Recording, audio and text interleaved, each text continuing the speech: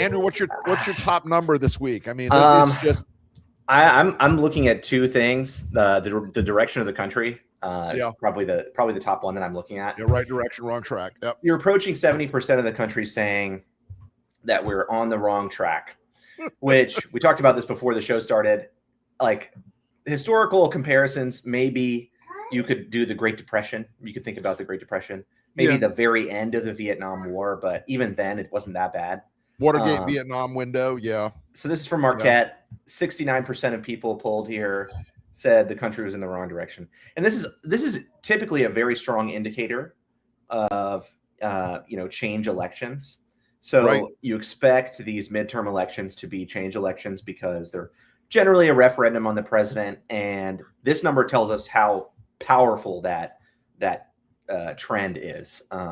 And 69% of the country saying we're on the wrong track is the loudest possible alarm for Trump Republicans. I mean, it doesn't get worse. This is worse than it was for Joe Biden in November of 24. Yes.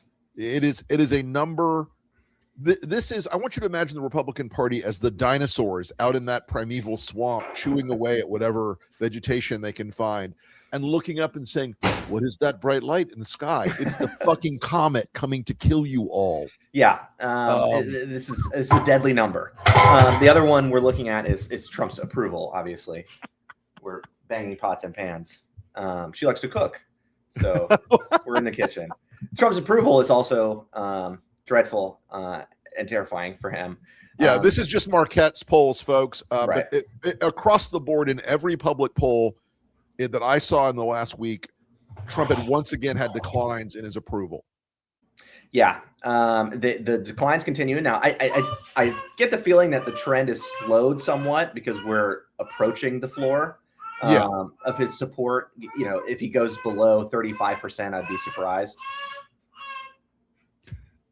But man, look at that knock since Inauguration Day. 10 points is pretty serious. You know, he described it as a popular mandate. He described it as you know, this tidal wave election. And there was really no truth to that, but he did have a moderate amount of support coming into his second term. Oh, sure. And that's just completely washed out. You win, and he won. And it does feel more and more like a lame duck presidency, where he is just going to be an anchor around his party's hopes in November. And you know, we'll see, you know, how powerful these trends are really, because I mean, if you look at, you think about those two factors in conjunction. Trump's approval rating is very, very low. Yep. And a lot of people say the country's going in the wrong direction. That sort of prism aims directly at Republicans. Sure. You know, they are the ones who are going to be hurt the most by Trump's approval rating and that number on the direction of the economy. That's right. Trump necessarily doesn't, you know, he's in office. You know, I think he's terrified about accountability. You'll see him fight like a cornered dog because he doesn't want to be punished by an incoming Democratic Congress. But it's too late for that shit now. I think it might be a little too late. Yeah, I think we're seeing a lot of the last gasp stuff happening. I was talking yesterday on NBC or MSNBC, MS Now, excuse me, with Katie Tur about the moment of the survival mechanism in some of these Republicans that's starting to kick in. Yeah.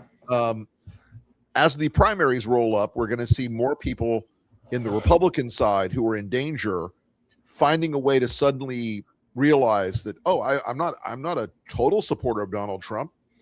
And I think it's a little too late for them and a little too late for him. Because if his party rallied around him and they were cheerleading him again, there would be a different vibe in the electorate, I think. But they're not doing that.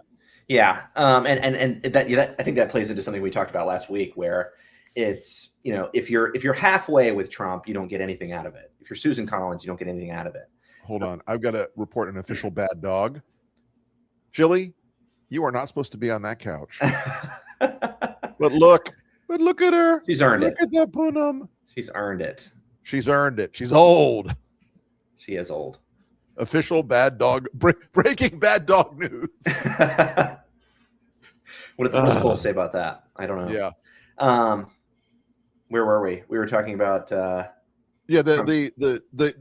idea that these guys have that like little survival instinct kicking in because the numbers now have reached the point where they're so apocalyptic they can't pretend anymore.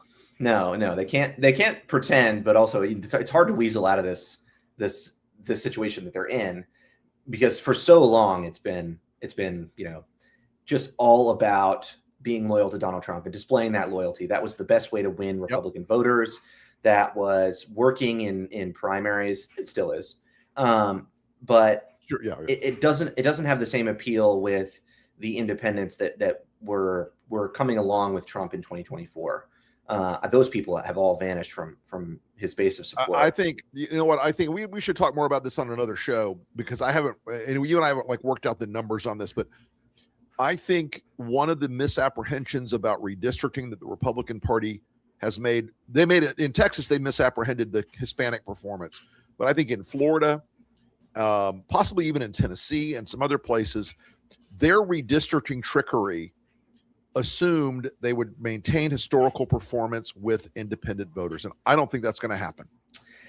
Yeah, I don't necessarily see that happening either. And the polls show us that independent voters are, even more turned off than very, very moderate people.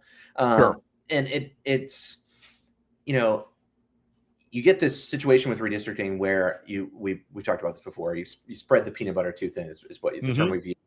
But that becomes you get diminishing returns on that over time, and the risk goes up and up and up. And when you can't rely on these voters necessarily. I think if Republican consultants were being listened to maybe by their clients, they would be, these Republicans would be more scared of this sort of reckless redistricting they've done. Right. And they're seeing the same polls we are, and this is always true in this environment. All the public polling that people see and a great deal of the private polling that people see is all shared around. Like, we all are seeing the same stuff. We all talk about it, and everybody's right. And a lot of Republicans are sharing these polls and going, "Oh shit!" Yeah, they're going, "Oh shit, this is really bad and scary." And I think there's probably a reluctance to really dig into the implications of their redistricting efforts. I think that they see the end as very desirable. They see holding on to Congress as very desirable, but aren't necessarily willing to reckon with the risk of these dummy manders, basically.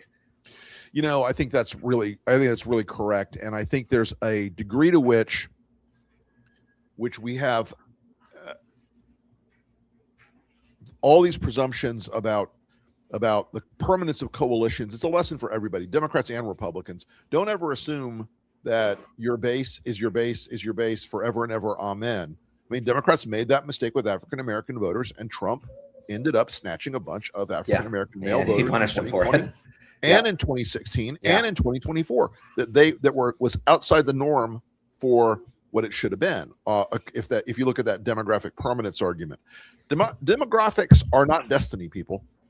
No. They are not the destiny you think they are. No.